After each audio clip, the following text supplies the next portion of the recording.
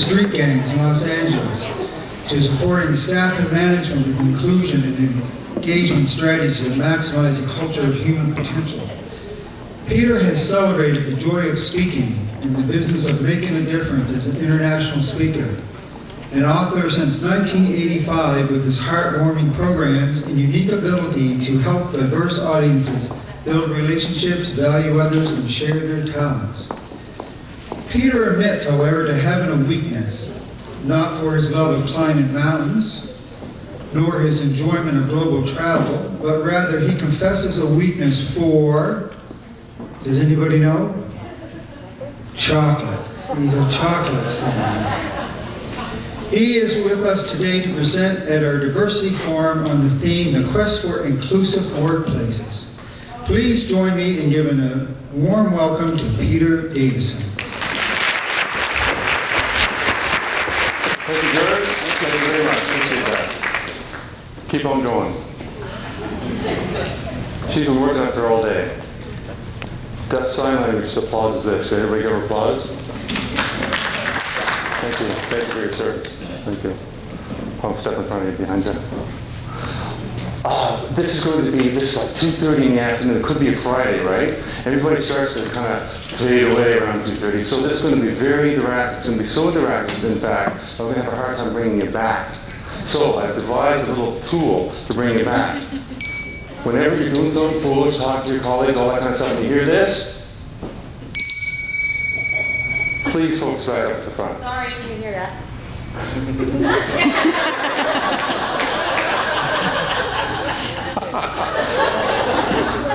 What's the sign at? You know what the sound is? The sound is OM, O-H-M. O-H-M. This is the sacred sound. The sacred sound. We'll also go like this. So, to start off with, there's a little handout at the front of your table. What I'd like to do is pass it around. And while you're passing around, I want you to, the person who's giving it to you to say rhubarb. The person who receives to say rhubarb, and the person who's sitting beside will say rhubarb. Rhubarb, by the way, is, you ever go to a movie, you ever see a crowd scene at the movies? The crowd scene at the movies? You know what they're saying in the background to create a crowd noise? They're saying we're rhubarb. So say rhubarb, rhubarb, rhubarb, and I'm going to bring you back. So pass it out, get rowdy, get excited, and pass it out. Okay, I'm going to say rhubarb. All right.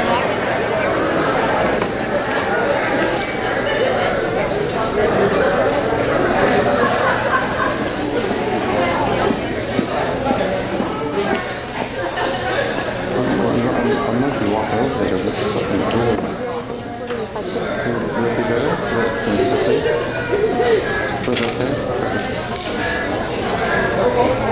Okay, Roddy, bring it back.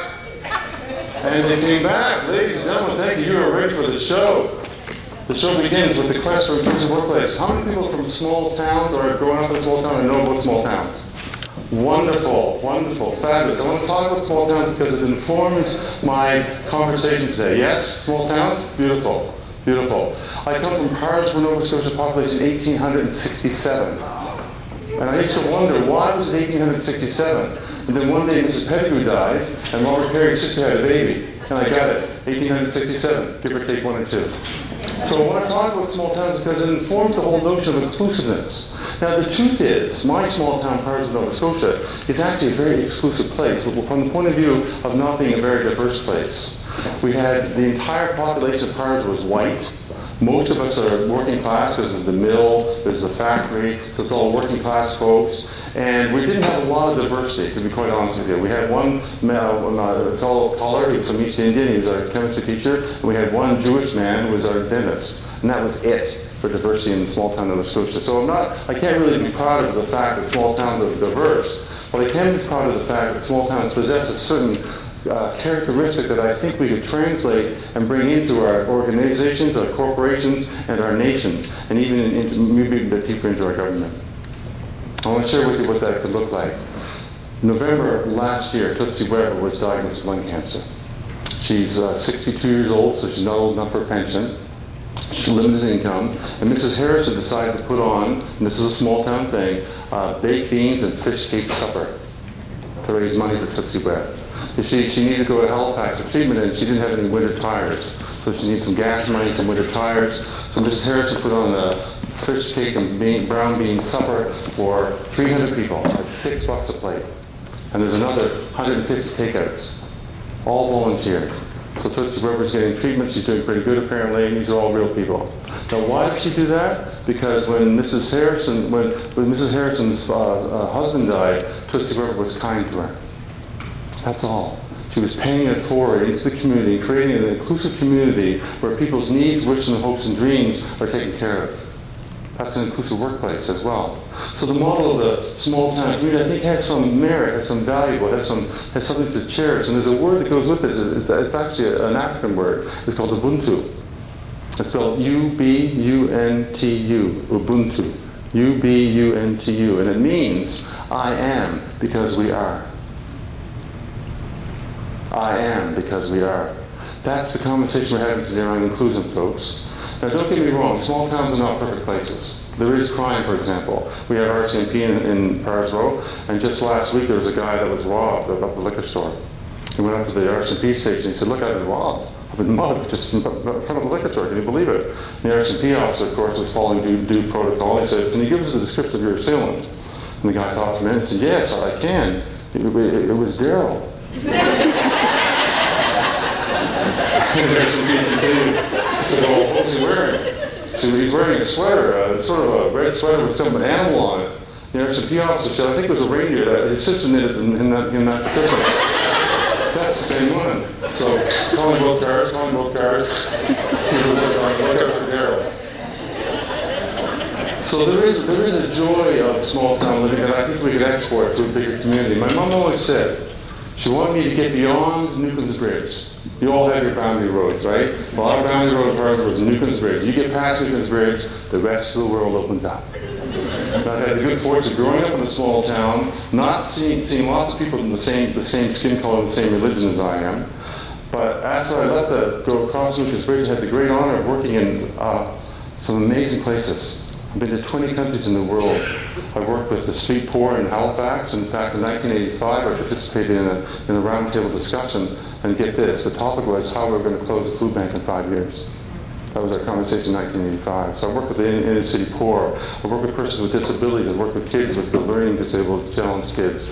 I work with the street gangs in Los Angeles. I work with Northern Ireland. I still go to Northern Ireland. I'm going to be going back in November to work with Northern Ireland. And in November I go back and work with the Gypsies of Ireland.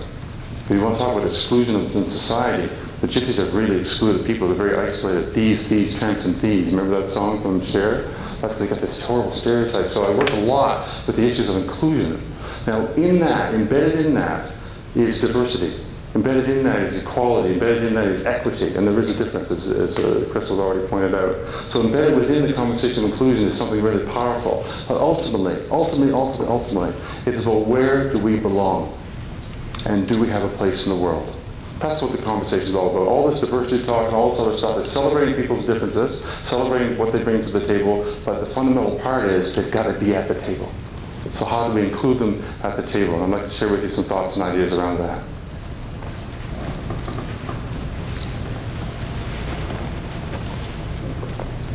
This fits into a context. So the manager in the room, this is kind of for you.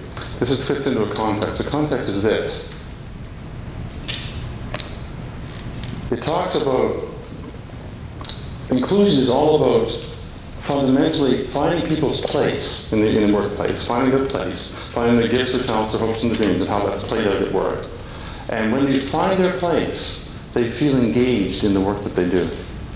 When they feel engaged in the work that they do, they and the organization succeed, and in this case, because you are civil servants, the community and the country of our great nation of Canada actually succeeds. So there's a conversation about inclusion that leads to engagement, that leads to success. I want to tag that kind of that overarching conversation as to why do we have this conversation of diversity in the workplace? Why do we have this conversation about having people included in what they do and bringing their gifts forward? Why do we do that? It's for engagement, and better engagement means better success for your organization and for our nation or our community or our village, as the case may be. So I want to just fit that in. The quote that's on the screen, you can have a look for yourself. Engagement fundamentally means, yes, it is about the skills necessary to do your job. Yes, it is about the knowledge necessary to have the expertise in your field, but it's also about the effective attitude or domain, also known as the heart of your work. And if you don't have heart in your work, you'll be less engaged. And here's the quote. A heightened emotional connection that an employee feels for his or her organization that influences him or her to exert greater discretionary efforts in his or her work. And what does that look like? It's that extra little thing that needs to be done that you do. And it's not the one that, when you get a job done fast, no one likes to get a job done fast and efficiently, because you know what they do? They give you more work. It doesn't make any sense. That's not what I'm talking about. I'm talking about discretionary effort. Here's an example. Tim Hortons the other day, I'm sitting in the parking lot waiting for my wife for a dentist appointment. 3 employees of Tim Hortons leave work to go home. Employee number 1 walks by a bunch of Tim's cups on the ground. Employee number 2 walks by a bunch of Tim's cups on the ground. Employee number 3 sees the Tim's cups on the ground, picks them up, puts them in the garbage can, and goes home. Now, which one do you think is going to be more loyal when it comes to doing the good work? Employee number 3 is the right answer. Thank you. Thank you. That's the third one, yeah. It will be number 3. And if you're a manager, that's the employee you want, because they are the ones that are gold. They're the ones that are going to stay with you. They're the ones that are going to stick with you no matter what's happening. Now, I want to give you the opposite of that, and the next slide is the "It's Not My Job" award. You ready? It's not my job award. Here it comes. That's the "It's Not My Job" award. That's disengaging, folks. That's punching the clock, going home, doing your thing, forget about it. Okay? That's the "It's Not My Job" award. Now, globally, there's a conversation we have globally. Engagement in the workplace is a global conversation. I want to turn it up for just in the time we have together. And let me share with you the study that goes with this. It's a Tower Experience study. 87,000 people.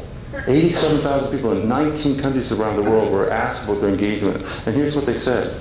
21% said, yes, I am fully engaged in my work. I love what I do and do what I love, and it's my calling. It's my dream to be here. It's my blessing to be here. It's my gift. That's 21% of the workplace. 41% are partly engaged. They're just a little bit disconnected. They may or may not go that extra mile, depending on how stressed they are, depending on what the workload is. And guess what the next one is disenchanted. 30% of the global workforce of a study, this includes government and non-government, by the way, the global workforce of a study were partly disengaged, and 8%, the manager's nightmare. The pain in the...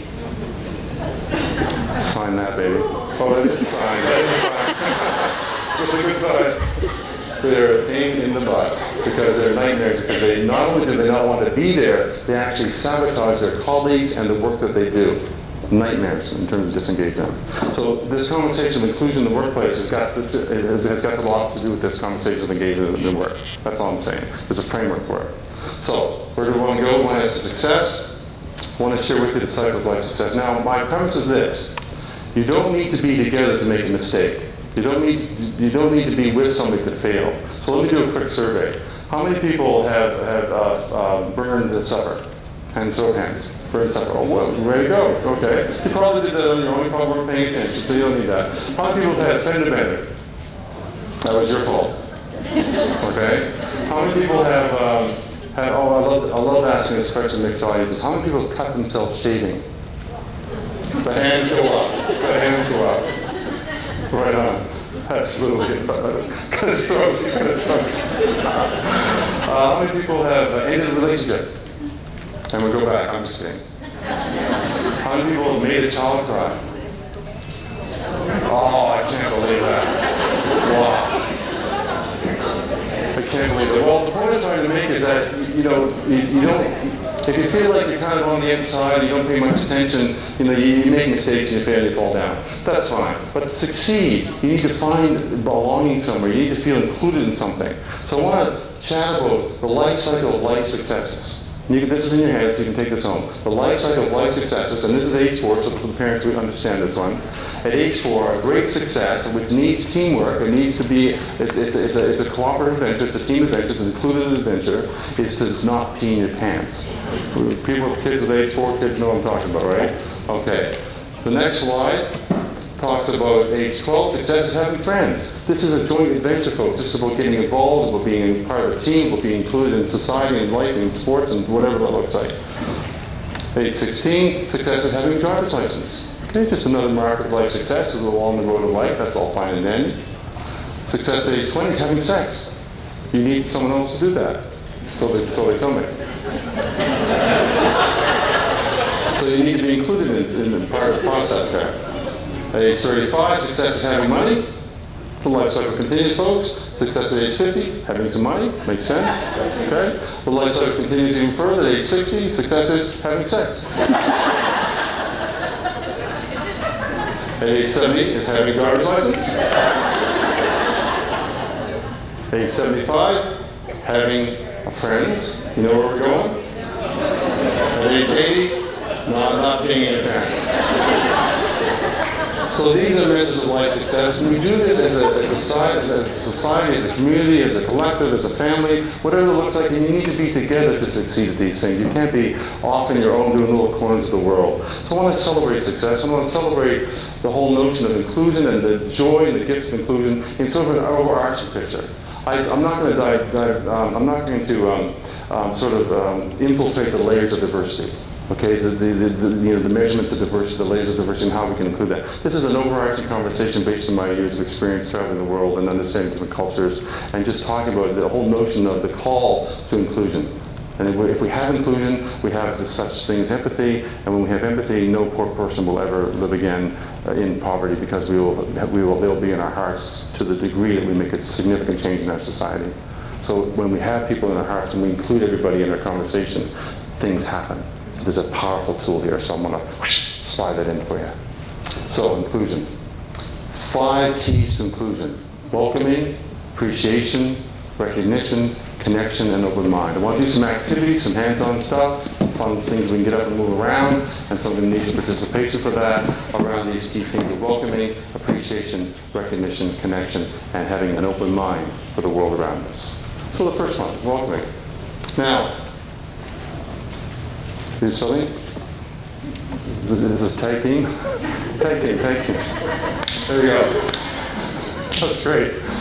Well, that's one way we welcome people, isn't it? We give them a high five. The sports teams are welcomed with a high five. There are many, many different ways to welcome people. In different countries, they have different expressions. For example, in Los Angeles, where I work with the guys in the street gangs in Los Angeles, their welcoming expressions, yo, what up? That's what they say, right? When I was out there working with them, I taught them the Nova Scotian greeting, and that's, hey, how's you going, bud? They say, what? How's you going, bud? Or how's you going, eh? And when you go to Ireland, they say, what about that? You walk up to somebody and say, what about that? And you go, let me think about that. So there's lots of different ways to greet people. And when you talk to another country, you've got to be very careful about gestures and languages. For example, if you're ordering some bread or something that requires a number in Germany, and you go, I'll take one of those, please. I'll have one. And you go like that, and they don't speak English. What you're actually asking for is 2, because this is number 1 in Germany. Number 1, number 2. So I actually I got 2 things for it. I said, why do you give me 2 things? I just want 1. I just give me 1. So these ways of seeing the world are very important when it comes to welcoming. I do some work in Israel and Palestine. I've been to Palestine. I've been to the West Bank and behind the lines, if you will. And I actually accidentally crashed a Palestinian wedding, which is a long story. I'll tell you over a cup of tea someday.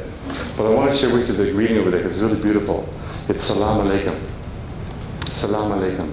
The Arabic Palestinian greeting. Salam Alaikum. And it means peace be with you, my friend. Isn't that beautiful? Salam Alaikum. What a wonderful way to greet someone. If I say Salam Alaikum, the response is Alaikum Salam. Peace be with you, my friend, and with you, my friend, peace. Now, the interesting thing about that is, in Hebrew, the greeting is slightly different, but listen to the language. It's Shalom Aleichem. Salam Alaikum, Shalom Aleichem. It's the same thing. Peace be with you, my friend. And yet, they're at war. Something's wrong. Something's wrong. They speak the same language, with the same spirit of the language. So I'm going to do some demonstrations on welcoming just to get us warmed up on that. I'm going to need someone to be my demonstrator. Where's George around? Where's George? Come on, give it to George again. He's doing a good job and singing very well.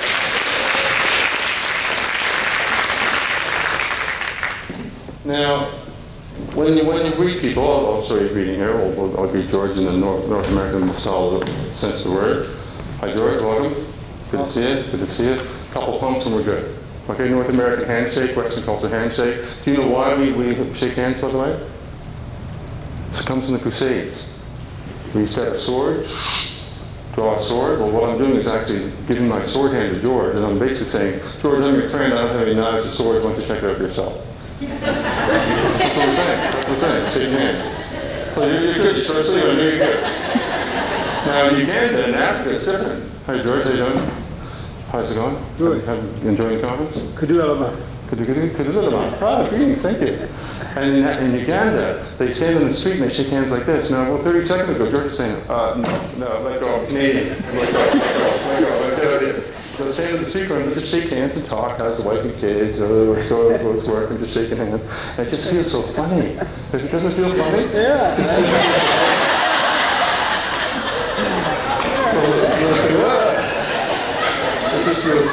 Don't feel right. Don't feel right. And of course, well, that's welcoming. Very welcoming in some parts of Africa. Very welcoming. And Japanese is very beautiful welcoming too. In Japanese, they bow. Very, very beautiful. And for the men, they put their hands beside them. They bend at the waist. For the women, they put their hands in front of them. They bend at the waist. And the lower you bow, the more emotion you have in your bow, and the more respect you have for the other person. So let's see how much we respect each other. Ready?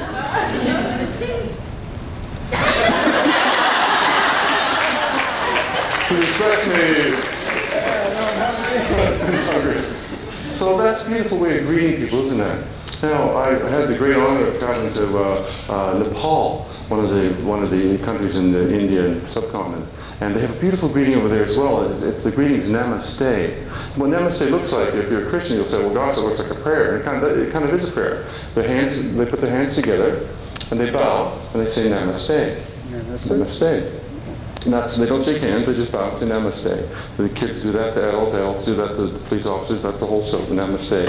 Now Namaste is a beautiful concept as well that fits into the notion of inclusion.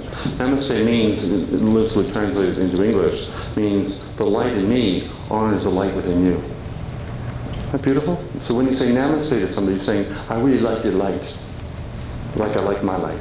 That's sort of cool. So George, I like your light, buddy. Namaste. Okay? Now, of course, other cultures have different ways of greeting. In France, for example. You know what they do in France?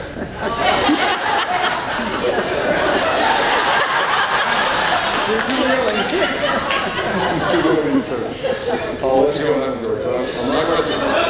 But let's bring it home, close to home. In the north, you know how they greet in the north? They rub noses. It's a wonderful way to greet. Everything's bundled up, so they rub noses. George, would you like to rub noses? On one condition. Yeah? You make your nose big and visible. All right. Let's do it.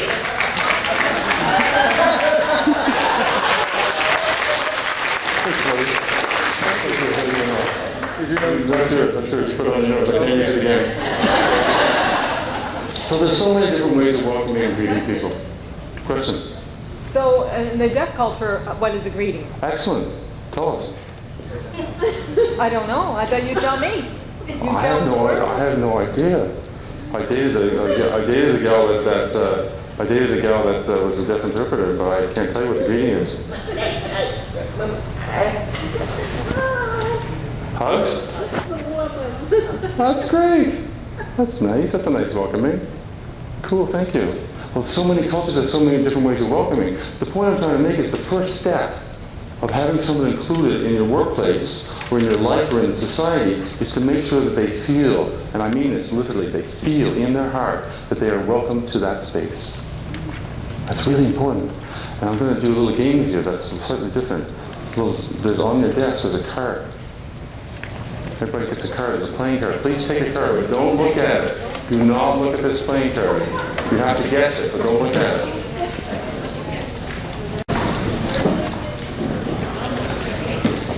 We got a card, okay? Don't look at it. You have to guess it, but you can't look at it, okay? So keep it down. There's always someone that loves to look, so if you look, change it with another one. There's probably next one at another table, so just ask for it. Hands up if you do not have a card. Do not have a card, hands up. You good? Okay. So don't look at the cards. We're going to guess what your card is. We're going to play a game. In a minute, when I give you the instructions, I'm going to invite you to stand up, push the chairs together for safety, because we're going to be walking around. And we're going to be walking around with our cards. And we're going to try to guess each other's cards based on how we treat each other. Okay? So 1s, 2s, and 3 cards are what we call low cards, right? Low cards. So if you have a 1, 2, or 3 card, we're going to treat you really badly. We're going to walk up to and pretend, I'm going to pretend she's got a 1 card, and they'll go, yeah, right, yeah, how you doing, yeah, whatever, yeah. Okay? So we're going to not welcome them at all, just kind of dismiss them, kind of shut them away, okay? If you have a card that's a fair to middle card, like what, a 6, 7, 8? 6, 7, 8? We're going to go up and say, hey, how you doing? Good to see you. Nice party. Having fun at the conference? Cool. Yeah, that's cool. Good to see you. We'll have coffee someday. Great. Okay, see you. So just be nice, but don't be too nice, because we got to say that for the face cards. You got a face card? Hey, how's it going? Good to see you, man. I love you. Let's get out. Let's have coffee. Take you to a movie. Let's have some fun. That's great. I love you. So we're going to treat you like a face card. Now, it's your game. In a deck of cards, there's an ace. If you have an ace, you want it to be high or low? High card?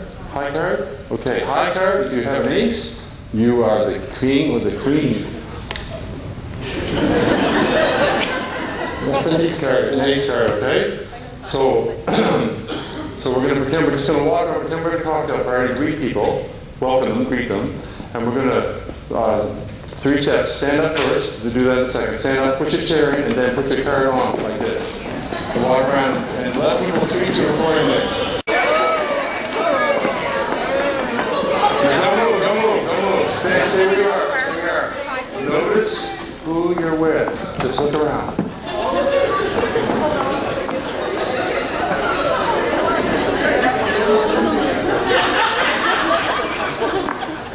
Notice who you're with. Okay?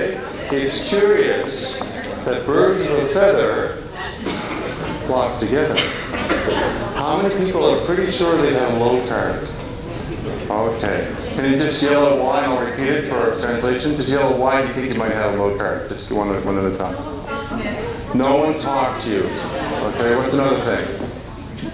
What's another reason you knew you had a low card? What? What's that? The avoidance. Okay, so people avoided you. The way you were treated. The way you were treated improperly, or not, maybe a loose eye contact, maybe not much connection. How many people think they have fair to middling cards who say no? There's a fair to middling. Okay, maybe not so high, not so low. How do you know? What's that like? What's that? They say hi, but that was what it is. Say hi, yeah, whatever. Okay, so you agreed it, but it wasn't really big, like it wasn't big a heart opening thing, right? Okay, how many most people have a fair to middling? Fair middle card. Middle card. 6, 7, 8 maybe. Yeah? What else? How did you know? How did you know? How did you know it was a middle card?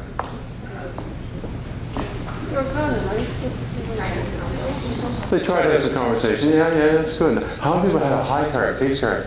Oh, look at those hands going up. Notice they're kind of hanging out together. Did you notice that? It's called management. Okay, how did you know you had a high card? Talking to you, eye contact, friendly. Got a lot of dinner invitations. A lot of dinner invitations. You're obviously the person to be with, right? Did anyone have an ace? Ace? Oh, how was that? Oh,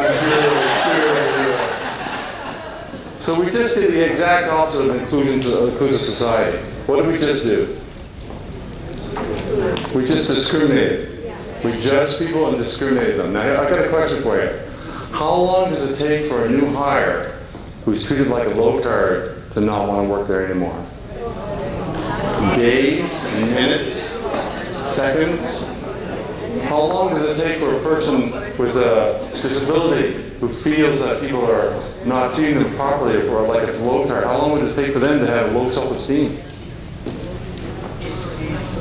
Days? Hours? Okay. So, if we were to create an inclusive society where everyone had equity, how would we play this game? Give everybody the same card. All face cards or all twos would make a difference, wouldn't it? Just treat them all the same. What's another way we could play the game? What? What? If you're blind, one of the greatest advantages of being blind is that I don't know anything about the person until I connect with them. Ah, So there's no I- prejudgment. Beautiful. Beautiful.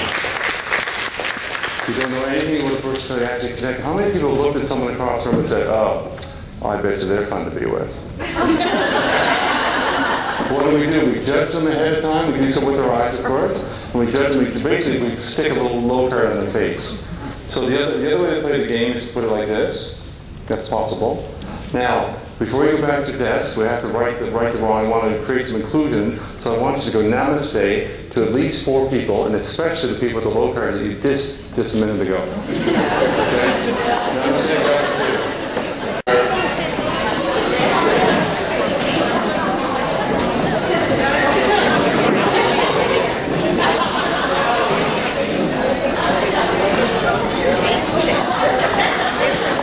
So in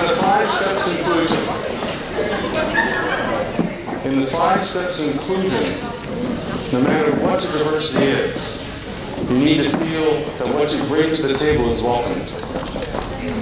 You need to feel that what you bring to the table is welcomed.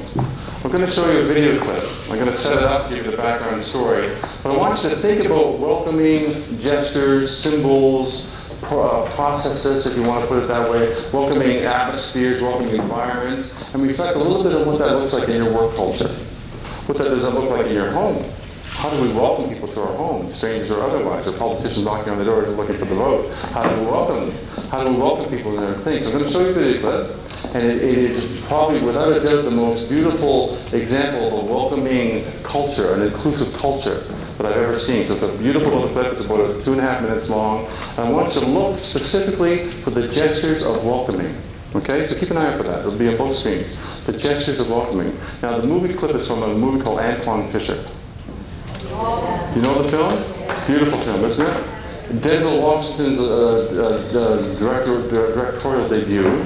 And he's in it. Denzel Washington's actually the counselor in the show. And it's a true story of a young man named Antoine Fisher. Now, Antoine Fisher's story is pretty tough. He was born in prison, literally, born in prison to his mom, because of his mom. That's right. His mom gave birth to him in prison because she was in jail. His dad was shot dead in a drug deal, so he's got a tough life from day one.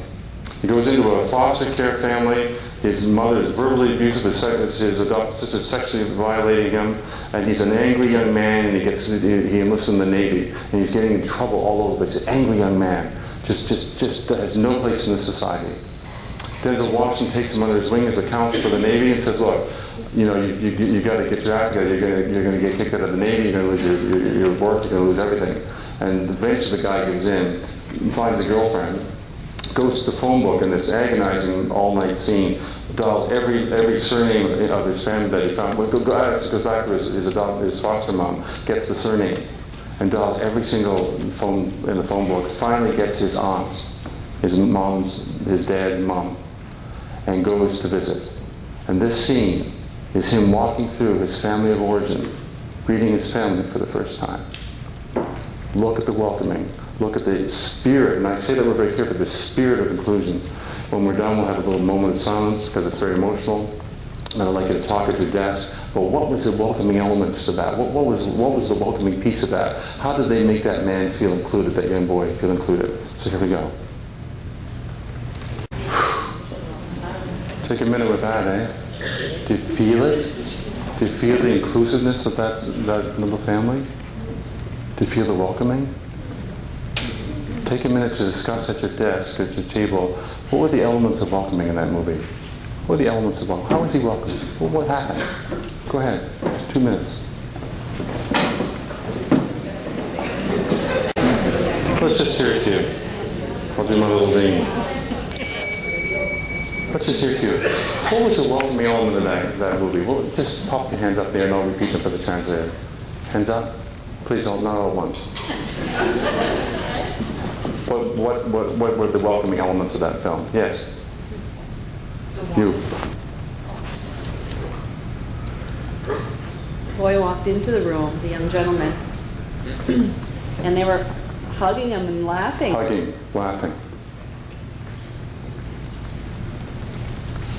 Hugging and laughing. Never met him before. Hugging and laughing. Good. Did they care what his background was? Did they care that he beat a guy almost senseless to get into almost go back to jail before he was interviewed by counsel? No, they didn't judge his diverse environment. They welcomed him and hugged him. What else? Anything else? Yeah. Anything else? Yeah. There was nothing unwelcome. Yes. There was nothing unwelcome. It was pure, wasn't it? Pure welcome. Pure welcome. There's no hesitation. There's no one looking sideways. The eye contact is all there. Yeah, nice. What else? Someone else? Way at the back. Sorry, way at the back. The sign that said home that the little girl was holding. The little kid made a little sign. Yeah. I think it was upside down, wasn't it? It's precious. Precious. Someone over here? I changed it different levels of inclusion. Like it was a broad inclusion, then it became more deep as you get into it. Yes, it was broad, and then it became more deep, and finally the matriarch, right? Come. So that would have been his grandmother, I'm guessing. So here's my question. Who's the grandmother in your workplace? Not by age, by attitude. And what signs are in your workplace, whether they're upside down or right side up? What signs and symbols are welcoming people? How do you feel it? What posters are on the wall? How do you include people? How many people do you have, someone in your workplace that has one of those candy bowls? You got one of those? They're saints. Now they're not good for the waistline, but inclusiveness and welcoming, they're saints. They're saints. So just a little reflection piece around that, how we can make our workplaces more inclusive by making sure that our front entrance is welcoming, making sure the first at the front of the room, the first person of contact is like one of those grandmothers who says, come in, touches your face, welcome. Do you want to see the minister? That's it. So those are possibilities, and that's welcoming. That's the first one. The second level is appreciation. I like your pair if you'd be so kind. That means sit with somebody, look at them, establish contact, decide who it's going to be. If you've got 3 people at a table, find the person. It could be 3 if you had to have 3, but get creative. Like I said by himself. Somebody blackberry later. Okay? And here's the question. This is about appreciation. We're opening up a conversation about appreciation. Discuss your favorite body part and why. 2 minutes. Part and why. Oh, you're good. Thank you for coming back. Don't go far. I hope you kept it clean. Okay. Let's hear your favorite body parts and why. We've got some roving mics, Janine, and someone else with a roving mic. Just stick your hand up if you want to talk about your body part. I'm asking you to appreciate it, right? So what is it? What's the body part? Right here. We don't need the mic. Come on up. Go ahead. What's your favorite body part? Smile. I smile. My smile. Beautiful. Beautiful. How warm is that? A warm smile. That's a beautiful body part. Appreciate your smile. Go ahead. Someone over here? I was just discriminated against. What is it again?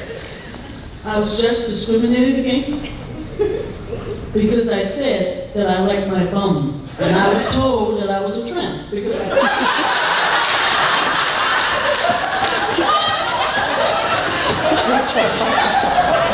Oh boy. All praise the bum. That's great. The diversity program, bum discrimination. I love it. And the bum's a beautiful thing, isn't it? Think about the bum. Think about the bum for a minute. Think about the sitting down and resting, relaxing. Think about how you know, if your muscles are right, you can dance and make all the bum muscles right there.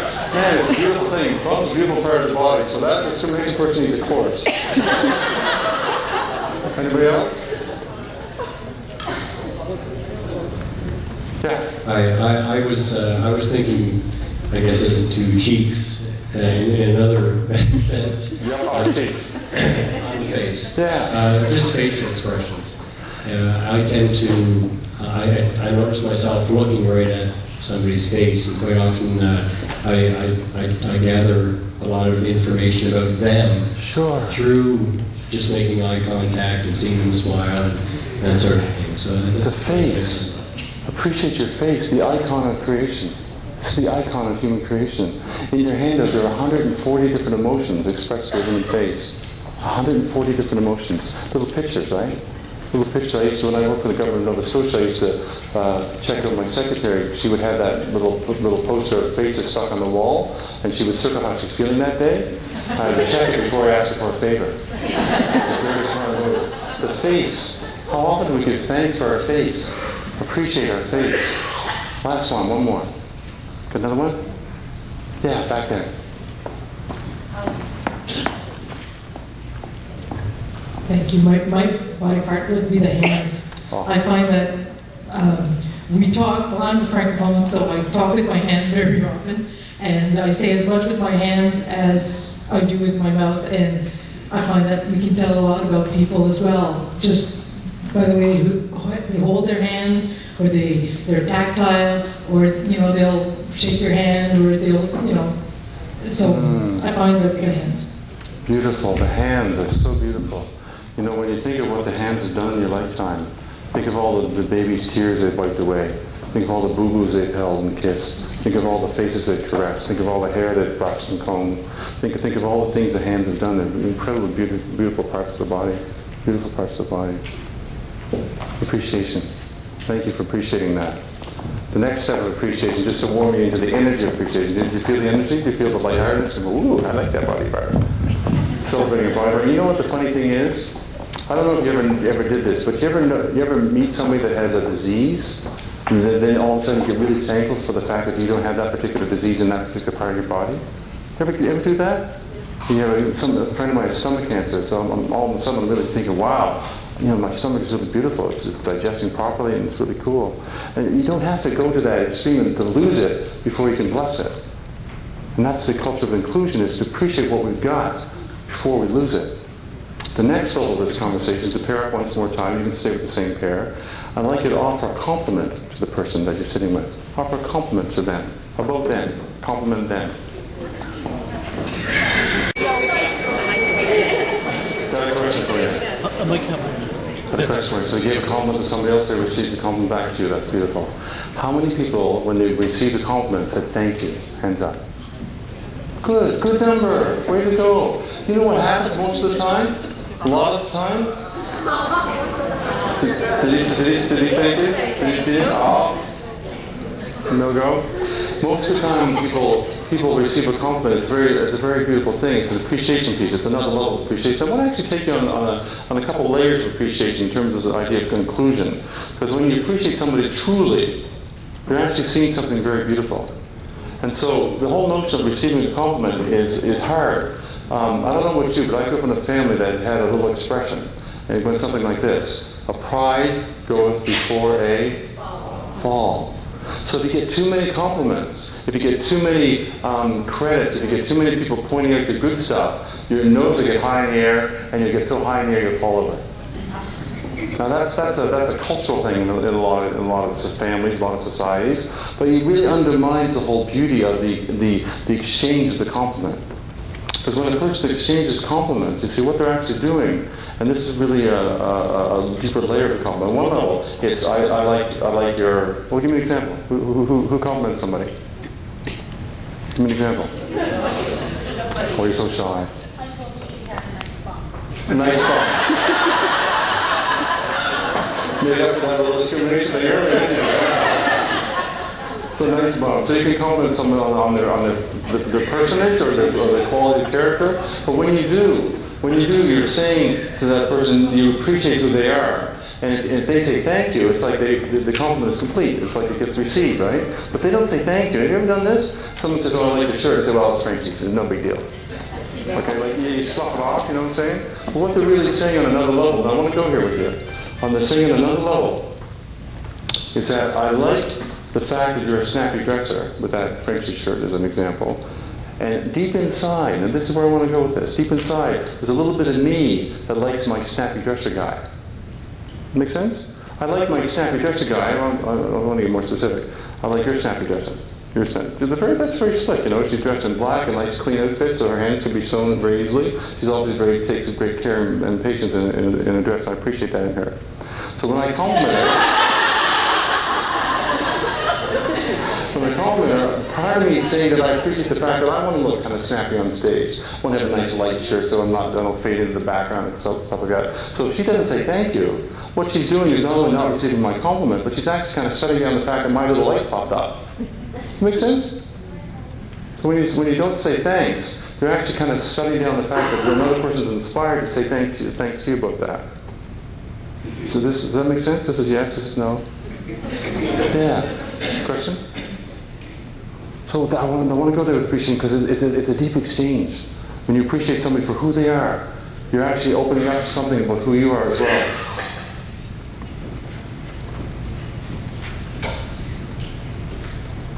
Question? If you tell somebody that they have a nice shirt, a nice dress, you should say thank you. But I often don't say thank you. I don't say thank you. Me too. I confess. But what you're doing is kind of saying, well, look, if I can say it again, and it's not even that. If someone's courageous, if someone's brave, if someone's efficient, and you say, wow, that was really efficient. There's a part of you that likes your efficiency and not to be inspired by them to say, yeah, I like your efficiency. You get that? It's deep. Is it too deep for the afternoon? Where's it go? We're going to have this bowing again, isn't it? I want to go there, but I want to take it to another level. Another level. The next level is recognition. And recognition is appreciation on steroids. Appreciation on steroids. Recognition cards on your table are as follows. Have a look. The little blue cards like this. So you get to keep one of these, take them home. They're at the head of your table.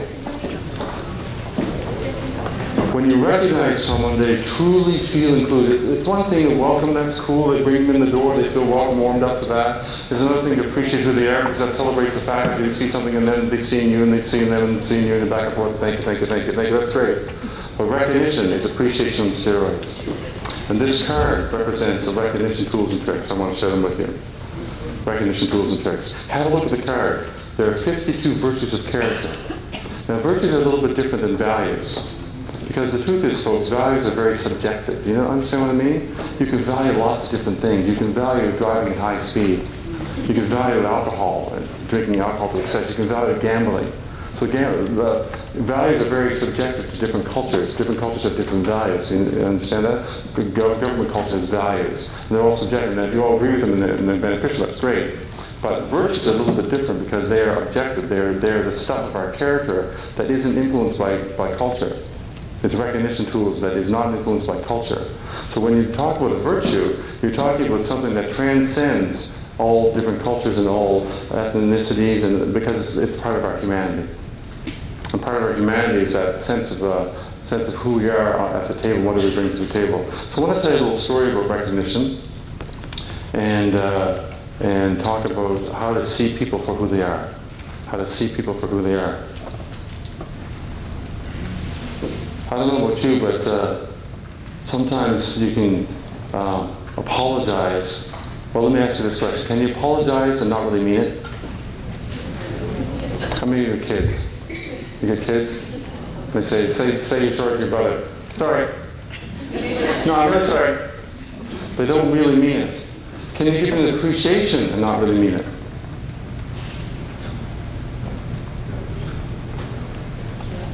Yes, sometimes you can. Sometimes there's something deeper than just behavior, appreciating people. Sometimes there's something deeper, it's called their way of being. I want to share with you just for a second the choices that we have in our way of being. We have really two ways of being. One is that we can see people as people, and this is an inclusion conversation. We can see people as people like ourselves with differences and diversities and equity, but they are fundamentally like ourselves because they have the same dreams and hopes and fears and needs and wants and desires. So people as people. Got that? The other way to see people is as objects. When you see a person as an object, you don't see them as a person anymore. You're more resistant to who they are. Now, you probably have somebody like that in your life. We call them the difficult person. That person that just gets under your skin. You have that person? The phone pops up and it's their name and you go, ooh. That's that person that just is an object. They're an obstacle or a vehicle or a barrier to you to being progressive. So when you see people as obstacles, or object rather, it kind of diminishes both humanities. Let me give you an example of how this plays out. I was preparing for a supper. We had a dinner party. So it was almost 7 o'clock. The folks were coming at 7 o'clock for dinner party. My wife said, "My gosh, we're out of soda. We have no soda to make the punch." And you want to have a nice welcoming thing. You want to offer people a drink when they come into the door. And our house, we have punch. And so I said, "Okay, I'll run down to the grocery store and grab some punch. I grabbed some soda." So I booted in the car, went down to the grocery store, went back and grabbed the soda off the rack, and there was like one huge lineup of like 7 people. And I thought, oh my gosh, how long is this going to take? I'm standing there with my soda, there's a huge lineup, and I'm saying, oh, darn. And I'm saying, we're going to be late, it's going to be embarrassing, my wife's going to be embarrassed, the folks are going to arrive, we're not going to have any drinks. And then a gal comes up to the cashier, she puts the key in, she flicks on the light, and she says, "Can I help the next person in line?" Plunk. I got out of there, went out the door. How did I see those people in line? Did I see them as people? They're not people to me. They were obstacles to me. In fact, I don't even know if I thanked the gal that was doing the checkout opening thing because I was in such a hurry. I was all about me, right? So I got up this door. Now the funny thing is, a week later, we had a little ice cream on our movie night on Friday night. We ran a video, and we had this soya chocolate butterscotch ice cream, and we were all out of it. And so I said, well, I'll go down to the store and get some stuff. And I got down to the store and went back and got the ice cream out of the container, and then go to the grocery store. And this time there's like 4 people and 3 people in line, 4 people in line, 3 people in line, and 2 people in line. I said, oh, great. I'll go to that line because I got ice cream. So I got in line, and the person in front of me was pretty well done, so they checked out. And then this lady had quite a large cart. And she turned to me and she said, oh, honey, that's what she called me. She must be from Cape Breton. She said, honey, your ice cream's going to melt. Why don't you go ahead of me? Did she see me as a person or as an object? As a person. Yeah. So the virtues of character card is one way to get back to seeing people as people. And when you can see people as people, they know it. They can tell. Do you have those people in your life that treat you kind of poorly? They treat you like an obstacle that they can use or walk through or just abuse? Do you have those people in your life? Or do you have people in your life that you treat like that? I had the good fortune to be traveling in Ireland recently, and I was in a big hurry to get back to Halifax. And I don't know about you, but I really love airports. I love the energy of airports. I love the coming and the going of humanity. I just love the greetings and all that kind of stuff. But there's one place in the airport that kind of bugs me. It's called the security checkpoint area.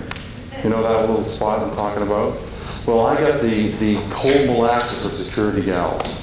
You ever been to a grocery store where they just move like slow molasses to the grocery store? Well, I got the cold molasses of security gals. And it was in Belfast, Northern Ireland. I had to catch this flight to get back to Heathrow to get back to Halifax at a conference the next day.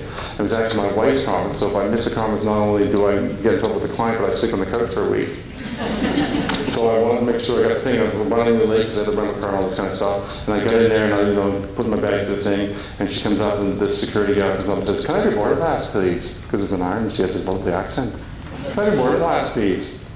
And she takes my boarding pass, and of course my bag goes through the X-ray machine. And there's that thing you just hope it keeps on going. Well, it stuck out and it went back in again. I said, oh geez. And I got the 5 words that no person in a hurry to catch a plane wants to hear. Is this your bag, sir? I've never seen a bag in my life, thank you. But of course it was my bag, and I had to wash it and be prepared to have it inspected. So she puts on the rubber gloves, zips open the thing, inspecting the bag. And by this time I'm checking my watch going, because you can't show that. Well, inside I was going like this. Come on, but if you show that, what do? They slow down. So I'm going. Yeah. And so guess what I manifested? I manifested what's called the full meal deal at security checkpoints. She does the swab test, changes her gloves in slow motion, takes the swab, and by this time I'm going berserk. Now, is this person become an object to me or not? To a complete object. She's an obstacle to my passage. I have the right to get into that plane. She's become a complete barrier and an obstacle. So I've converted her into someone that is separate from me. It's not a welcoming situation. She's not included in my world. So I said, this is insane. I'm just getting upset. I'm going to be late. I'm getting mad at this woman. She's trying to do her job. And all of a sudden I looked over at her, And I noticed that she had a little pink, like a little ribbon-shaped thing. A little ribbon-shaped thing. And I looked at it and I said, wow, she's got one of those little ribbon things. That's like a breast cancer thing, right? And in my mind, I thought to myself, I wonder if she's had breast cancer. I wonder if she knows someone with breast cancer. Then I thought about my friend Karen who has breast cancer. And all of a sudden, the whole world of objects and obstacles and barriers and divisions and exclusions and wars, because it is war, isn't it? It's a war between people. They just went like that. And she became part of my world. And what I did was I acknowledged her by using a gift of character, which is on your card. And she passed me back the boarding pass. And she said, here you go. And I said, I took the boarding pass, I looked her in the eye and I said, ma'am, I want to thank you for your diligence, for the way you so carefully checked our bag today so we could fly safely. And she sort of stood back and she said, oi, we don't get many people saying that. And 30 seconds ago, I would have said, lady, I bet you don't. But the truth was, in that special moment, that particular moment, I recognized the gifts of her character as a being diligent person. And my issue, my division, my separation, my exclusion of her diversity, of her humanity was dissolved. And the truth is, folks, there's not one terrorist on this planet that's going to get through her checkpoint. That's the truth. And I found the truth by recognizing a virtue of character, and I share this with you as a tool for kids, for colleagues, for management, for clients. By recognizing the virtue of the character is a beautiful thing because it sees our humanity in each other and celebrates people as people. And when you have people as people in your workplace, when people see people as people, you have what we call inclusion. And it doesn't say, it doesn't matter if you're different, it just sees you as a person. Now here's my question for you, here's my homework for you. Is there anyone that you're not in the right relationship with right now? Is there anyone that you can't see the humanity of? If you do have someone like that in your life, please take that card, look down the list, and find something that they have as a virtue of character. If you can say it to them, great. If you can change your own heart and attitude towards it, your life will change your own as well. The virtues of character. The next slide is about tag team. I just want to share this with you because it's so fun. The virtues of character stuff actually comes from the Greeks. You remember this guy? What was the virtue he's looking for?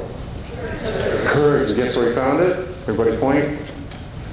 Right in here. So the virtues of character are already innate within the human character system, and they just have to draw them out. The Greeks invented the virtues back in the old days. Courage, perseverance, honor, justice, and loyalty were the 5 virtues that were critical for hiring for the Greek army. So their HR policy was very simple. If you have these 4 virtues, 5 virtues, we hire you. Simple as that. They went to war. When they were at war, they invented games, and those games became the Olympics. We owe them a lot. I want to share that with you. So, connection. 2 things I like to do with connection. One is I like to pair up with 3 people. Find 3 people. And when you find those 3 people, I like to find 3 things in common with you all. Anything that's got nothing to do with work. Find 3 people and find 3 things in common with them. Go. 2 minutes. How many people found 3 things in common that not work related? Hands up. Found 2 things in common? Not work related? Cool. Keep going, keep going. Give me another 30 seconds. Find 3 things that you have in common that are not work related.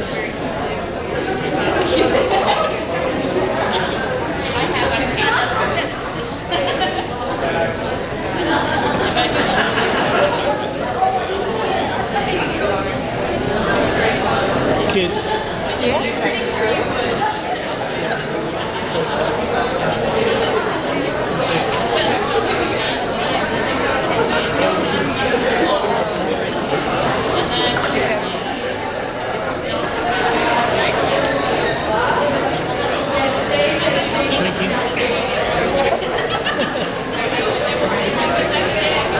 Hands up if you found 3 things. Hands up.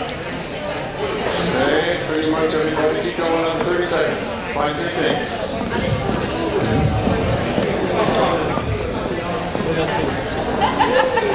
We'll have a roving mic to find out what they are. We'll go to 2 tables. There's a roving mic there.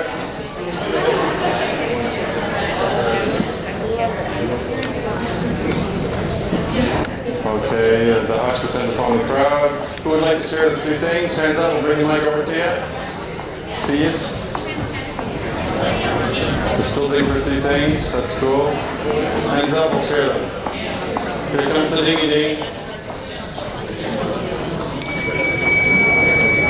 Okay, let's hear these 3 things you have in common. What you As got? 3 ladies, we exercise regularly, healthy eating, but we extremely love chocolate. Okay, And we all pretty well have a friendly demeanor about ourselves. Which? What's the last one? Friendly demeanor. Friendly demeanor. Wonderful. Exercising friendly gals. That's great. We love chocolate. Cool. Something in common. Over here, go ahead. Yes, we came up with actually we came up with 4, but I'll give you 3. And we're all Canadians. Yep.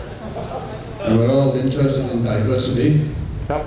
And we're all volunteers. Cool. You want the 4th one? We Yeah. all come from small communities. Excellent. Small towners. Yay. Cool. Thank you. You don't have to go too far to find what unites us, folks. What unites us. Okay, we got 3. Can I? Go ahead. Where are you? Yeah, sure. We're all deaf. Cool. We're all mothers. Cool. And we all love coffee, of course. Coffee, loving mom signers. I love it. That's great. Thank you for that commonality. Well, we spend a lot of time, I'm a stutterer. The diversity conversation sometimes can get into what's different about us, but there's something that unites all of humanity, folks. And if you want to talk about inclusion in the workplace, we can celebrate the differences for sure, absolutely. Bring to the table the uniqueness of each other. Because the truth is, if 2 people think the same, one of them is not necessary. Think about that in your management team. 2 people think the same, one's not necessary. So we want that diversity, but we also need to find a place where we can unite as a society, as a team, as a people, on the stuff that we actually share together. There are 3 things in my travels to 20 countries around the world, hiking mountains and going to being in cultures where I was the only person that was white. It's an amazing feeling to be in a culture that's completely white. I'm the only person that's white. It's an amazing feeling. It's a humbling feeling, a very humbling feeling. And when I traveled the world, I found that there's 3 things that unite all of us in humanity. It doesn't matter what side of the tracks you grew up on, doesn't matter the color of your skin, doesn't matter if you believe in Buddha, Muhammad Ali. Sorry, no offense. Muhammad, Buddha, whoever you believe in, doesn't matter. There's 3 things that unite all of humanity. I want to share them with you right now. 3 things that unite all humanity, that's about connection that we have, is that we all want to be loved and to love and to be loved. We all want to do right by our families. And all of us, no matter what color our skin or what side of the tracks we grew up on, what country we grew on, we want to make a difference with our time and our talents. Those 3 things unite us, folks. It's a beautiful conversation to have around that. The last thing I'd like to do around the conversation of connection is to have you stand up and do some movement and laughter games. I do laughter yoga. We're going to do some laughter yoga. So please stand up, push your chairs together. This is the best thing we can do at 4:45 in the afternoon. Push your chairs together and do some laughter yoga. Into the body that flushes cortisol, which is the stress hormones. When you laugh, it actually flushes cortisol out of your body and it actually relaxes you to laugh. And guess what? And this is the funny part. Get it? If you fake laughter, if you just go ha ha ha ha ha, ha ha ha ha ha, ha ha, it doesn't matter to the brain. Because the brain goes, we're making laughter, folks, let's produce some endorphins. It doesn't matter if you fake it. So this is a great example of fake it till you make it. So we're going to warm up and do a little warm up. Little applause for yourselves. We're going to do two claps, and then we're just going to 2 claps, and then bend over like this. So let me demonstrate first. Bend over here. Just do that once to warm up. Ready?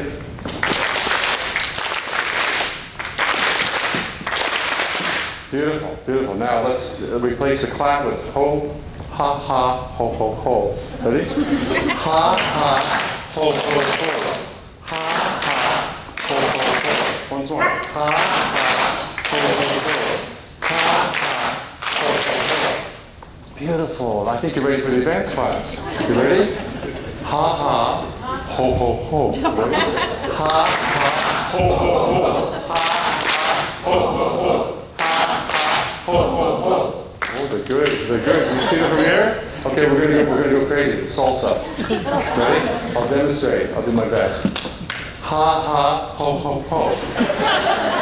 Ha ha ho ho ho. Shake it up, girl. Ha ha ho ho ho. Ha ha ho ho ho. Ha ha ho ho ho. Oh, you're in the groove. You're in the groove. Oh, beautiful. So let's do a little warm up a little further. We're gonna bend over. We're gonna bend at the waist and just drop our head down. We're just gonna do just release. So take a nice deep breath and just breathe out. Okay, ready? One more time.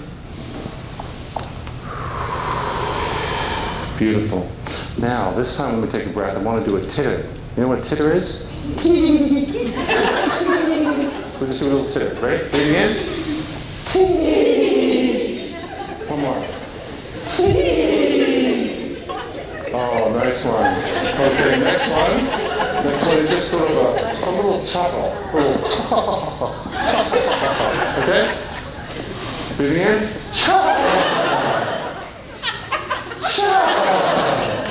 Oh, you're warming up for the big one. Full laugh. Just a nice belly laugh. Not too crazy, but just a nice hearty laugh. Ready?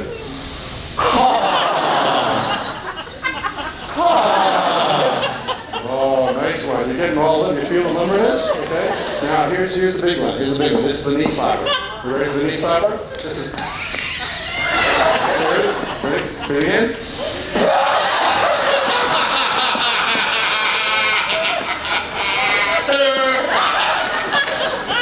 One more time.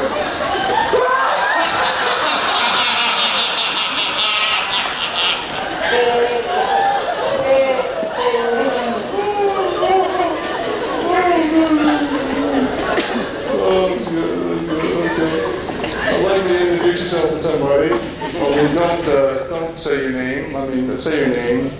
Say what department you're in or what division you're from, where you live for Newfoundland, PI, that kind of thing. And say how the conference is going for you so far. Shake their hand and say all that in using gibberish. You know how gibberish works? What sign is it like this? Just talk gibberish. Or just blah, blah, blah, blah. Or give me that. Okay, introduce yourself to somebody talking gibberish. Anybody? Quick volunteer? Demonstration, volunteer, George, Ray, Illuminate George. Illuminate for Washington. Quick. We're going to do this like a team exercise. We're George Hamper's emceeing and George gets to be on stage. And any idea what we're doing next? George, this is called the electric shock laughter. Electric shock laughter is two people. Now, the thing is, we're going to shock ourselves and we're going to find it horribly funny. So I don't know what you, but part of the humor thing is the eye contact. Ever been in church and someone starts laughing and you're looking at them, you just can't look at it because you start laughing? So this is where we're going to go with this. So we're going to reach our hand out, George, and very carefully, yes, that's right. And as soon as we touch eye contact, ready, eye contact, as soon as we touch, it's going to be horribly funny. Ready? This is electric shock laughter. Okay, try it again, ready?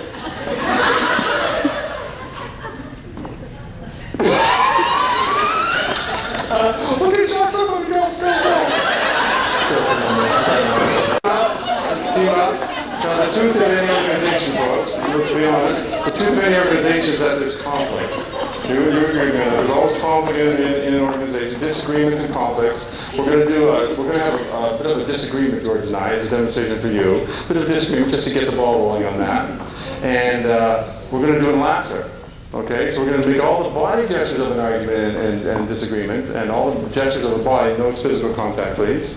But we're going to do it with laughter. Now, how do you know when we have a good rip snorting fight, it kind of comes to a conclusion? You kind of get to the point where you forgive the person, or you apologize, or you come to agreement or consensus, or you agree to disagree. How do you symbolize that with laughter yoga? You might want to be asking me.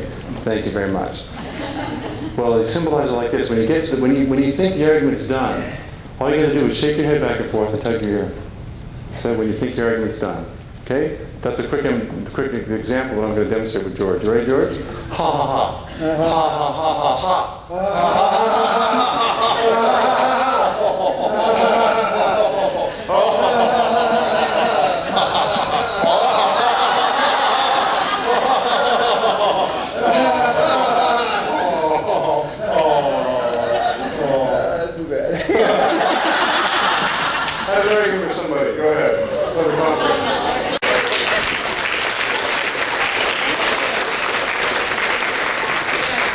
Laughter, and I love this quote. This is the most beautiful quote in the conversation of inclusion in the workplace, in the conversation of life. Laughter is the shortest distance between two humans. Think about that. It's the shortest distance between two humans. If you laugh, you see the best in another human being, and they see your best. When you've got that, you've got something beautiful. So energetically, it's good. Spiritually, it's good. And don't sit down because there's a little activity to finish. A little song. I want to teach you a little song. Go something like this. You know the little song, Mama's short and bread, short and bread. Okay, well, here's the song. Every little cell in my body is happy. Every little cell in my body is swell. Ready? Got that? Every little cell in my body is happy. Every little cell in my body is well. Feel so fine. Feel so swell. Every little cell in my body is happy. Every little cell in my body is well. Now that's cool, but there's gestures that go with that. You ready? Follow along very carefully. Let's do it. Put that magazine down. Put that library away. Okay, here we go. Every little cell in my body is happy. Every little cell in my body is well. Every little cell in my body is happy. Every little cell in my body is well. Feel so swell. Feel so good. Every little cell in my body is happy. Every little cell in my body is well. Have a seat, folks. Thank you.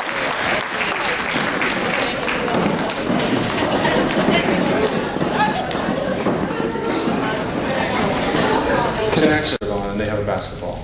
Now your job, your mental focus job, if you will, is to count the number of times that the white basketball t-shirt team passes the basketball amongst their team members. They don't cross over. They pass amongst their team members only. Okay? You ready for that? So just count the white person team. So either screen should show up. It's only 30 seconds long. It starts immediately. It's like some college students with just standing in a small area. Now don't count out loud, because I want you to guess the number. So don't say anything out loud, so you can guess. Okay? You know, that guy threw it away, but no one caught it, so don't count that. Okay? How many people saw 12 passes? Hands up. Show of hands. 12 passes. 12. Okay. Show of hands to 14 passes. Okay, some what's that? 15 passes? Okay, some 15 passes. How many people saw 16 passes? Good, good. How many people saw 17 passes? Okay, 17ers. How many people saw 18 passes? Okay, let's look around. Some 18ers. How many people saw 19 passes? Okay, some people saw 19. How many people saw 20 passes? Okay, 21 or more. Great, good job. Thank you. What? What? What's the number? I have no idea. I really don't. I've never counted. Because if I counted, then I know the answer and I'd be right. Now, if I told you the answer was 25, the people that did 25 would go, yes, I was right. Down, yeah, 25, man, right on. Today I'm right.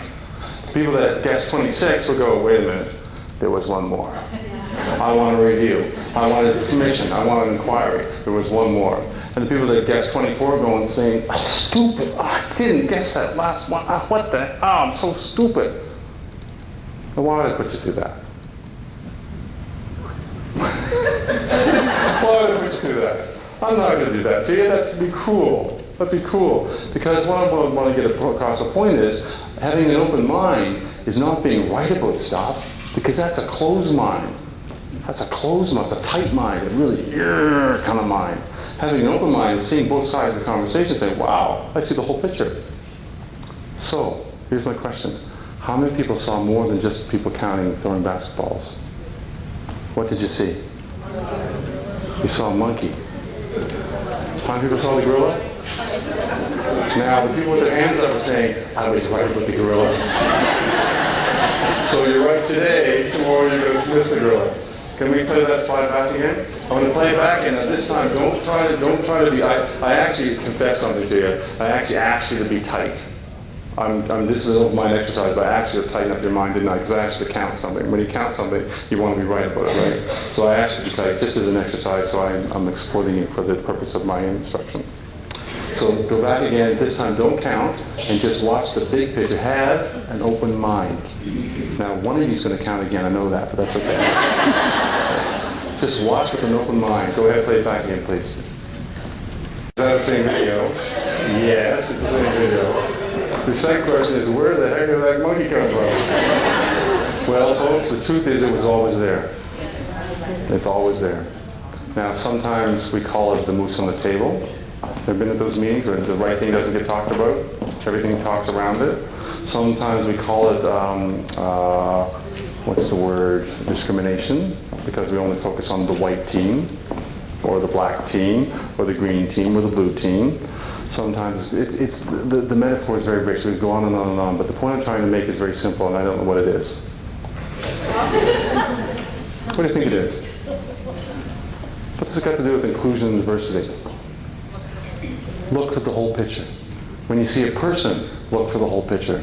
When you see an organization, look for the whole picture. When you hear a story, look for the whole picture. How many management people have been in the management position where people report to you and someone comes in and complains about a staff member? So, oh, I can't believe that person, you should have seen what they did the other day. And based on that evidence, they should be fired on the spot, right? So as a management person, you would get, oh, I can't believe that. But guess what? That's not the story. That's half the story. The other half of the story is what other people think happened too. Somewhere in between, and bless you for trying to figure that out. Somewhere in between is the reality of our lives. Somewhere in between is the real story. So that's the vote, having an open mind, having perspective. Is that a hand? Yes. Yeah, go ahead. Maybe also not to be afraid to look at something again. Yes. For the first time, you know. For those of us who thought the second video was different from the Yes. Well, listen, I get locked into my mindset, right? And the mindset. Let me give you an honest example. I was at the airport the other day, and I was waiting for my wife to fly in, and I saw two guys. And it was an African Canadian and a Caucasian guy, a white guy and a black guy. They're standing in the line. I thought, oh, they're waiting for somebody. That's really great. And this woman came off the plane, and she was a white lady, a Caucasian lady. And I thought, okay, she's going to greet her husband. Guess what she did? She goes up to the black guy, gives him a great big hug, and the black guy says, and turns and introduces her to a friend. Now, what do you think I thought was going to happen? I did, honestly, that was like 2 weeks ago. Like, I thought I'm supposed to be the good guy with all this stuff. I still have a narrow point of view. To this day, I have a narrow point of view. I admit a bias like that. So a wider point of view is just to watch it without judgment, say, wow, there's a couple, and there's a friend, just the way it is. Open point of view, folks. When you have an open point of view, when you can see the world differently, with all its beauty, it's an incredible experience. I want to share with you one example of how an open point of view changes the world. Because when you lock into a viewpoint, when you have a closed mind, when you have a narrow mind, a closed mind, it's kind of like a bigot, really, isn't it? When you think about that, it's like a bigot when someone has a closed mind and they're not open to new ideas and new ways of seeing the world. I want to share with you a little formula. What if you could see life as 10% what happens to you and 90% what you think about? What if you could have a point of view like that, a framework, a way of seeing the world as open as that? Would that be useful to you? Yeah. If you could see the world, some people see it the other way, 90% what's been done to them, and 10% is what they do about it, it's usually just complain and suffer. And that's too bad, it's sad to see. But so what if you could see the world as 90% what happens, 10% what happens, stuff happens, divorce, disease, heartache, sickness, lousy stuff happens, folks. But if you want to be a master of your world and get on Oprah show, that's who she has on the show, isn't it? People that have 10% stuff that happens to them and 90% what they think about it. I want to share with you a little story. This is actually a gift for Wendy and the organizing team. This is a story of Wayne and Bertha. 10% what happened to her was she was diagnosed with breast cancer. Bad thing. No question about that. That's not fun. What happened was when she started chemo treatment, she had a spotectomy. What do you call that? Spot. Lumpectomy. And she started radiation treatment. She was dog tired, so she used to go to bed at 9 o'clock every night. Now, ordinarily, that's a drag. That's a bummer time, right? But Wayne had an open mind attitude about that. He said, what can I do about this situation to make it beautiful? And so what he would do after she'd go to bed at 9 o'clock every night, he'd go to research on the computer, and he would get inspirational quotes. And he would print them out, and he wouldn't put them on the bedside table. He put them on the kitchen table. So she had to get out of bed to see what he wrote for that day. He did that for 180 days, every morning. And they put it together, and she took it to her breast cancer support group, and the other husbands started doing it, and they started putting them together, and they call it Rise and Shine. Now, isn't that a beautiful, inspirational experience? That's an open mind to the possibilities of finding a silver lining in something that's a drag. So he took a 10% experience, which is breast cancer, and made it into a 90% with it because of his attitude and his ideas around it, and it's inspired others around the world because it's sold as a breast cancer foundation thing, and it's my gift to the organizing team for having me up today. So this is for you to have out your game. Just a small example. So folks, the point I'm trying to make is once you can expand your mind, open your mind, you can never go back. And once you include others and see the world as a beautiful place and see different ways to connect and appreciate and recognize and have an open mind towards that, you can never ever change it. I want to give you one more example to bring that home for you. And here it is. It's a visual thing. This is a visual symbol of a courier company. Okay? And I want you to look very carefully at it for the open-minded thing. There's another message in here. Message one is the logo for a courier company. Within the message, within the logo itself, is embedded another message. Can you find it? Have a look really closely. It's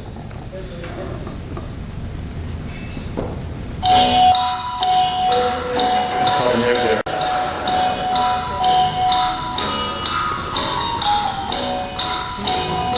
Can you see it? Don't make it bigger for you. How's that? Can you see it now? Look carefully. No, the color's changing. It's on there.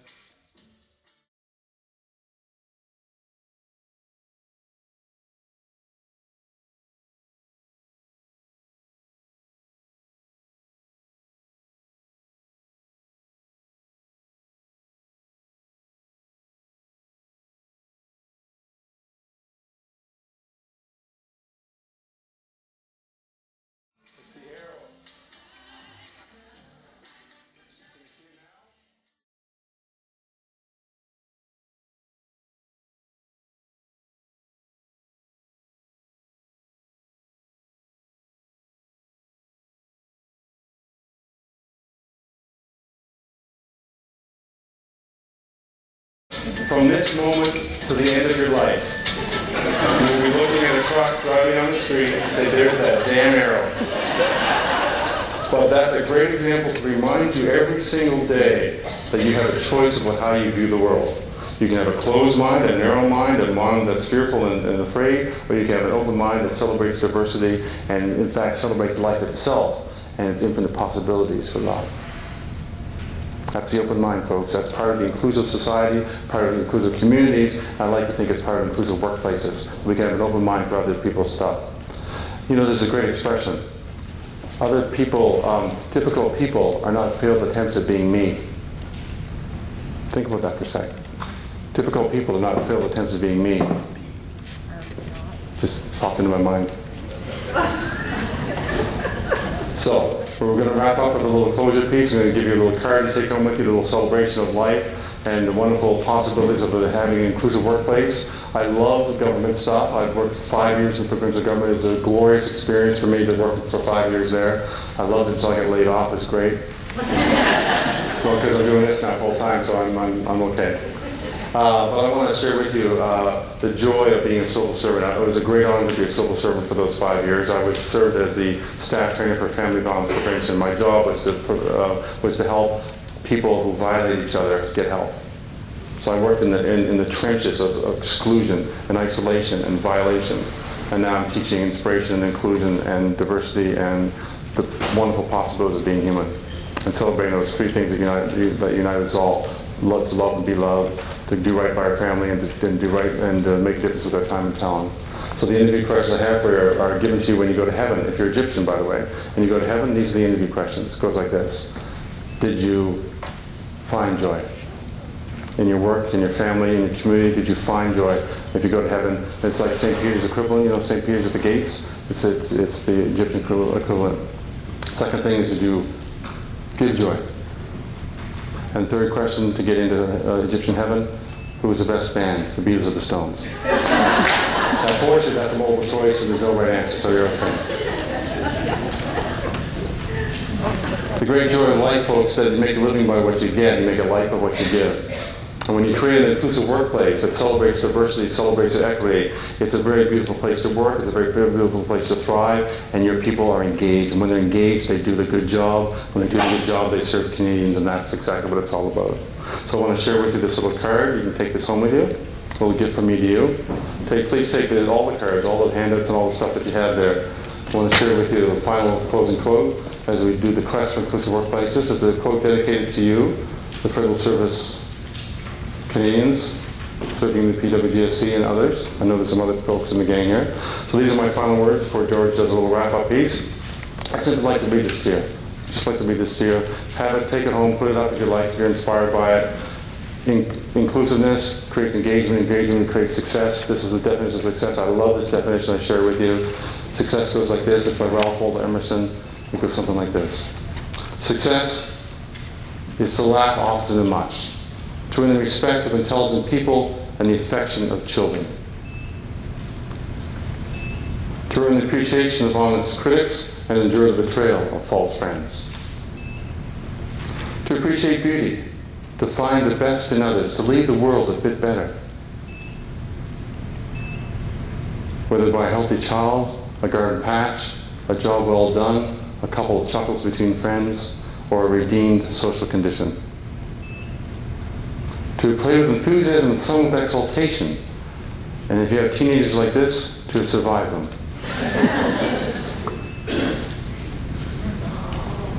To know that even one life has breathed easier because you've served as a civil servant of this great nation of ours. This is to have succeeded. Ladies and gentlemen, thank you very much. The quest to find our place in this world continues.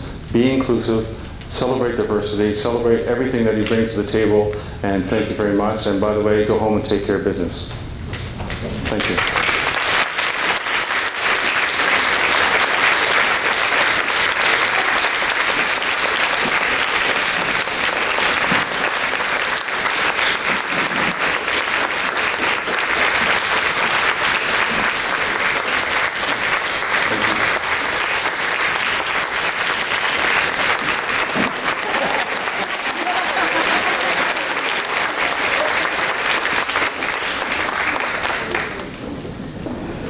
Peter, on behalf of the Diversity Council Forum, I have the pleasure of thanking you for taking us on a fun and meaningful journey as we quest for the inclusive workplaces. As you reminded us, we can make a bigger difference in the lives of others, both professionally and personally, when we can truly welcome, appreciate, and recognize others' gifts and have a more open mind to the possibilities that are before us. I particularly appreciated knowing how to pull up my sword hand and have my expected.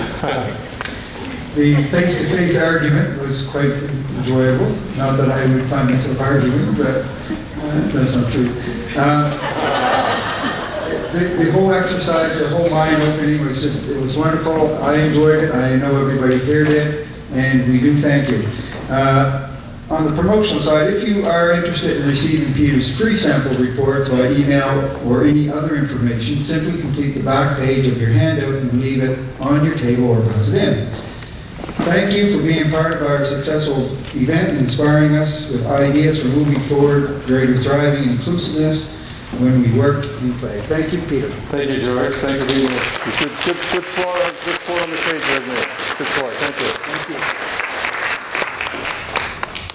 Now, we only have about an hour left to go.